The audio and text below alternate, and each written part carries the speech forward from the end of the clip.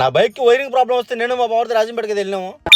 అన్న అయితే నాకు 15 సంవత్సరాల నుంచి తెలుసు. డైరెక్ట్ బైక్ అయితే తీసుకొని అన్న దగ్గర అయితే పెట్టేశాను. అన్నైతే బైక్ అయితే తీసుకొని ఈ పొద్దు అయితే కుదరదునైనా రేపైతే రా అని చెప్పినాడు. బైక్ అయితే ఒక రోజు స్లీపింగ్ మోడ్ లో ఉండాలంట. ఇంకా చేసేది ఏం లేదని చెప్పేసి బైక్ అయితే అక్కడ పెట్టేసి మేము అయితే దుంకోమినా వాడించి ఫుల్ భుజం నొప్పి ఉంటే ఓబ్లో హాస్పిటల్ అయితే వెళ్ళిపోయా. డైరెక్ట్ భుజంలో అయితే ఫ్రోజన్ పట్టేసింది. అయినా నీకు ఏదో 2 సూదులు వేయాలని చెప్పేసి 2 సూదులు వేసి 670 రూపాయలు అయితే చేతిలో పెట్టారు బిల్లు.